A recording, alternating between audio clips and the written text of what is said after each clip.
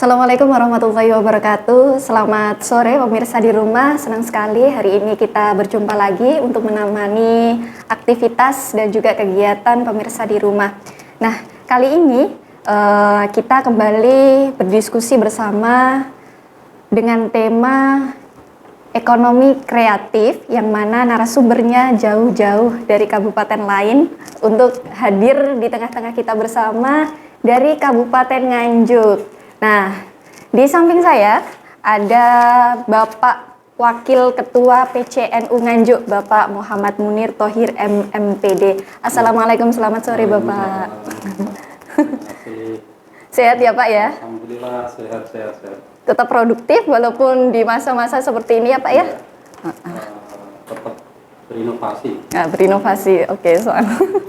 Oke, di samping Bapak Munir ada Sekretaris LPNU PC Nganjuk yang terhormat Bapak Timur Pradopo SH. Assalamualaikum Bapak. Waalaikumsalam. Sehat nggih Pak nggih? Alhamdulillah. Sehat. Tetap produktif juga ya Pak ya? Harus. Siap.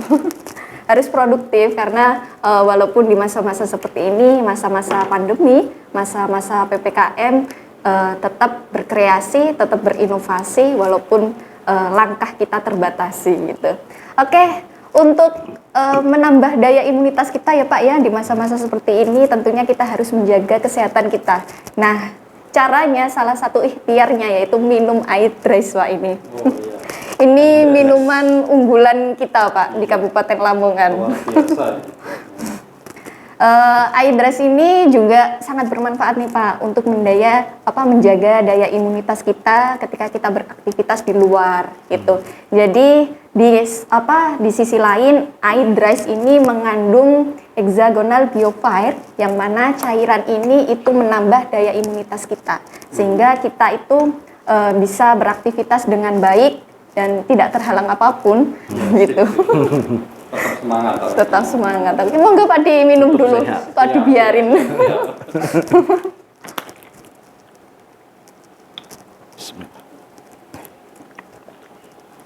Alhamdulillah.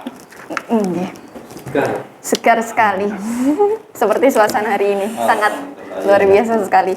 Nah, ngomong-ngomong tentang ekonomi kreatif, tentunya di masa-masa seperti ini kita perlu yang adanya inovasi-inovasi dari berbagai kalangan. Nah, salah satunya itu bukan hanya dari pemerintahan saja, tapi juga dari PC maupun banom-banom yang ada. Nah, untuk pertanyaan pertama nih Pak, saya tujukan ke Pak Munir dulu nih. Untuk kondisi daerah Nganjuk secara general itu seperti apa Pak? Mungkin teman-teman bisa mengetahui itu. Ya, terima kasih. Ketepatan Kabupaten Nganjuk itu memang daerah yang cukup strategis karena di Kabupaten Nganjuk itu dilewati jalan tol yang bisa untuk digunakan transportasi berbagai produk. Jalan internasional ya? Nasional. Nasional ya. Harapannya dengan begitu akhirnya apapun yang menjadi kreativitas masyarakat Nganjuk itu bisa didistribusikan ke daerah-daerah lain dengan mudah dan cepat.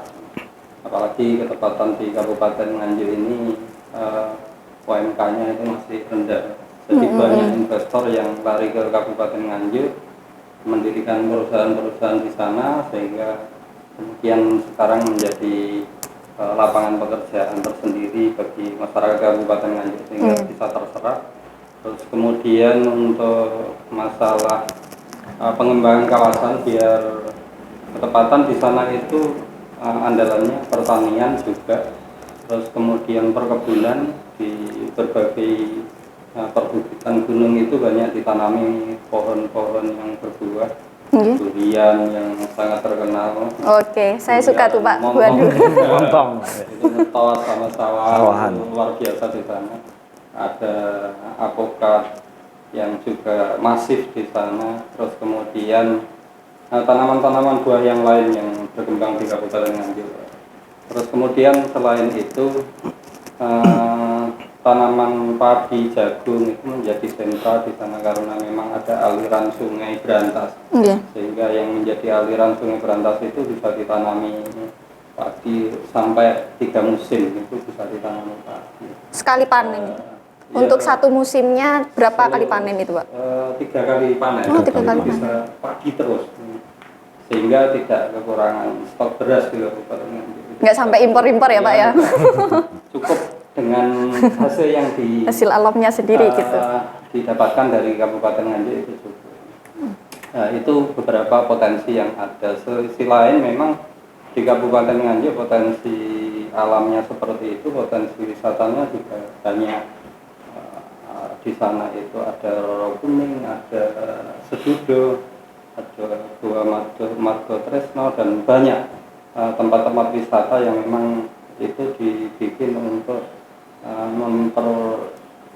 memperindah suasana di Kabupaten Nganjuk ketika masyarakat itu mau berlibur ke sana, sehingga tujuan wisatanya tidak hanya satu tapi beberapa tujuan wisata, sehingga teman-teman dari pemerintah daerah melakukan itu, dan PCNO juga melakukan dukungan yang cukup terkait dengan bagaimana pengembangan dunia pertanian, terus kemudian pariwisata dan seterusnya. Alhamdulillah lembaga pengembangan pertanian yang ketepatan juga ketua P4S Jawa Timur di sana itu sekarang lagi mengembangkan demplot untuk bibit padi dan jagung, karena di sana itu banyak potensi jagung yang di pegunungan itu seluruhnya kan ditanami jagung. Itu lagi dikembangkan itu, kemudian ada pengembangan apokat dengan jenis dan varian yang memang diharapkan itu bisa diekspor ke luar negeri. Itu sekarang lagi dikembangkan di Kabupaten Nganjuk. Itu dari sisi alamnya. Kemudian wisata dan dari sisi kerukunan beragama di Kabupaten Nganjuk, alhamdulillah NU selama ini menjadi perekat antara pemerintah daerah, terus kemudian lapisan masyarakat yang berbeda keyakinan, agama Kristen, Katolik, terus kemudian Protestan, terus kemudian Hindu juga ada di sana. Itu bisa terkomunikasi dengan baik lewat komunikasi yang dibangun oleh PCNU dengan mereka, sehingga kerukunan itu betul-betul tercipta di Kabupaten Nganjuk dari sisi keagamaannya. Dari sisi politik saat ini memang di Kabupaten Nganjuk lagi melakukan penataan di birokrasi dan seterusnya yang dilakukan oleh pejabat PLT yang Pak Marhen Jumadi itu. Harapannya dengan penataan itu sisi kondusivitas politik di Kabupaten Nganjuk itu akan terjadi, sehingga nanti ke depannya pemerintahan siapapun yang akan terpilih maka tinggal melanjutkan apa yang sudah ditata sistematis mungkin, sehingga perjalanan Kabupaten Nganjuk ke depan itu lebih baik dan lebih baik gitu. Itu dari beberapa sisi. Jadi dukungan kepada pemerintah dilakukan oleh Nahdlatul Ulama selama pemerintahannya itu bisa berkomunikasi dengan baik, terus kemudian menjalankan tugasnya itu jujur, dan tidak melakukan praktek-praktek yang dilarang, korupsi. Itu mungkin beberapa hal terkait Kabupaten Nganjuk. Nah, kalau di seni budaya memang di Nahdlatul Ulama biasanya ada seni budaya hadroh, isyari. Dari sisi Islaminya. Ya, ada di sisi lain budaya-budaya yang lain yang dikembangkan oleh masyarakat, yang biasanya di desa itu ada kuda lumping, ya, jaranan, paguyuban gitu, Pak. Iya, paguyuban jaranan itu. Dan biasanya di masyarakat Nganjuk memang sangat familiar jaranan. Terus kemudian ada masyarakat yang di Kandek itu yang biasanya ada di sana itu wisuda tanda. Iya, wisuda tanda. Apa itu, Pak, wisuda tanda itu? Wisuda tanda itu ya orang yang memang sudah familiar dengan dunia hiburan di kalangan masyarakat bawah itu. Biasanya kan ada semacam hiburan tayub. di Nganjuk itu ada. Entah kalau di mana? Lamongan. Lamongan. Ini ada enggak? Tapi biasanya tanda atau tayub itu di beberapa daerah ada. Iya. Itu memang di Kabupaten Nganjuk juga tetap berjalan. Oleh pemerintah daerah juga dilestarikan, itu tetap berjalan seiring dengan teman-teman yang lain. Itu beberapa. Berarti potensi Nganjuk ini wis nggak diragukan lagi nih, sangat luar biasa sekali nih potensinya dari segi ekonomi, terus juga politik dan juga budayanya ini saling bersinergi. Apalagi di wilayah Nganjuk ini yang katanya tempat industri, terus jalannya juga sudah ranahnya nasional ya Pak ya, sehingga bisa perindustrian, terus ekonomi ini bisa jalan dengan lancar. Nah, kalau berbicara tentang ekonomi ini, Bapak Timur, saya ingin tanya nih terkait dengan LPNU ya, karena sekretaris LPNU. Untuk LPNU sendiri punya konsep seperti apa sih Pak untuk menangani hal-hal yang ada di Nganjuk dengan potensi-potensi yang ada itu? Pembackup-nya seperti apa sehingga bisa dirasakan oleh masyarakat yang bukan NU juga? Karena tadi kan agama juga saling bersinergi ya untuk saling gotong royong, toleransinya juga sangat erat sekali di Nganjuk itu. Monggo Pak. Ya, terima kasih Mbak. Untuk di Nganjuk, LPNU memang karena basisnya Nganjuk itu di agro, artinya agro yang diceritakan Pak Munir tadi, kita basisnya di agro. Kita mencoba untuk LPNU itu membuat program di padi. Artinya dari padi itu yang tanam kan mayoritas memang yang di sana itu warga kita, warga NU artinya. Nah, dari kasus yang sebelumnya setiap kita panen padi itu biasanya harganya hancur. Lebih murah gitu Pak. Lebih murah. Artinya setiap itu siklus itu kan berjalan terus. Setiap panen itu pasti akhirnya murah. Nah, untuk mengantisipasi itu Pak Ketua LPNU, Pak Darul Faruqi itu membuat program, jadi yang tanam warga kita, terus nanti ditampung oleh selepannya juga dari warga kita, nanti dikemas lagi, nanti dijual lagi. Artinya yang dari biasanya itu dibeli tengkulak, ini kita beli sendiri. Untuk kebutuhan masyarakat NU. Jadi artinya memotong mata rantai yang selama ini dimainkan tengkulak. Itu yang program berkaitan dengan agro. Ya. Agro ya. Kalau yang sudah berjalan itu sebenarnya kita sama dengan seperti Lamongan. Apa Pak yang sama kayak Lamongan? Itu air minum. Oke. Punya air minum juga Pak berarti? Punya, alhamdulillah punya ini. Apa Pak mereknya? Boleh dong dipromosikan. Kita mereknya Nucles. Nucles, oke. Nucles. Warnanya juga hijau gini. Warnanya hijau. Berarti bisa nggak Pak bedakan Nucles sama Nutris ini? Kemiripan. Oke. Artinya itu Nucles, artinya program itu program dari PCNO yang support seluruh warga NU di Nganjuk untuk kita produksi itu istilahnya untuk memenuhi kebutuhan minum seluruh warga NU khususnya di Nganjuk. Artinya kita bicara skup di kabupaten. Karena tidak menutup kemungkinan seperti Nudres ini kan juga didistribusikan ke wilayah atau kabupaten lain. Iya, berpotensi Pak. Iya, berpotensi seperti itu. Oke, kok penasaran Mbak sama Nucles ini, Nucles. Untuk produksinya sendiri kan mungkin dibawahi oleh LPNU ya Pak ya. Yeah. Untuk produksinya sendiri, terus pemasarannya, terus konsep daripada Nucles ini sendiri itu seperti apa? Sudah berjalan berapa lamakah? Terus mungkin ada pembukaan investasi untuk masyarakat sehingga Nucles ini tidak hanya kita konsumsi sebagai air minum, tapi juga kita bisa mengkonsumsinya sebagai apa kebutuhan finansial kita gitu. Apakah seperti itu atau punya konsep yang lain atau punya sistem yang lain gitu Pak? Monggo.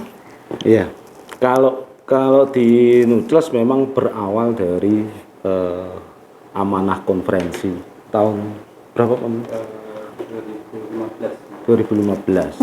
Dari 2015 itu amanah konferensi PCNO itu mengamanahkan untuk ke LPNO dalam hal ini sebagai eksekutornya itu untuk membuat usaha akhirnya dipilihlah usaha air minum. Nah konsepnya karena ini untuk jamiyah, artinya untuk kebutuhan jamiyah berarti harus disupport semua lini. Jadi mulai ranting, MWC sampai PC bahkan Banom dan lembaga ya. Itu support, artinya support saham untuk membuat sebuah pabrik. Nah ketika tahun 2019 insya Allah ya, itu alhamdulillah pabrik berdiri, kita mulai trial produksi 2020 trial produksi itu kita pakai skema, artinya seluruh yang sudah tanam saham, artinya mulai ranting sampai MWC itu menjadi penyalur distribusi. Jadi penyalurnya itu mulai ranting MWC terus baru ke pabrik. Berarti artinya, kolaborasi dari semua lini ya Pak ya? Iya. Oke. Nah kalau tadi kita pembahasannya ada menyinggung sedikit tentang ekspor impor ya Pak, kayaknya melihat potensi alam yang dimiliki oleh Kabupaten Nganjuk ini sangat luar biasa sekali, sehingga katanya ya, yang disampaikan oleh Bapak Munir ini menginginkan greget untuk kita ekspor hasil alam. Nah, kalau kita membahas tentang ekspor ini, apakah nantinya PC Nganjuk ini juga akan terjun di dunia ekspor impor Pak? Iya, kalau konsep di Kabupaten Nganjuk dari sisi ekonomi harapan kita itu sebenarnya lebih pada bagaimana mengembangkan potensi yang ada di Kabupaten Nganjuk itu untuk memenuhi kebutuhan masyarakat Nganjuk. Setelah itu baru kita berpikir untuk ekspansi ke luar daerah gitu.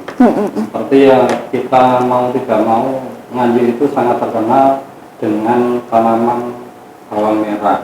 Oh, bawang merah ya. Bawang merah itu di berbagai belahan itu pasti kenal dengan bawang merah Nganjuk, karena memang warnanya itu lebih cerah dibandingkan bawang merah yang lain. Kemudian rasanya itu juga beda karena tekstur tanah mungkin yang juga berbeda.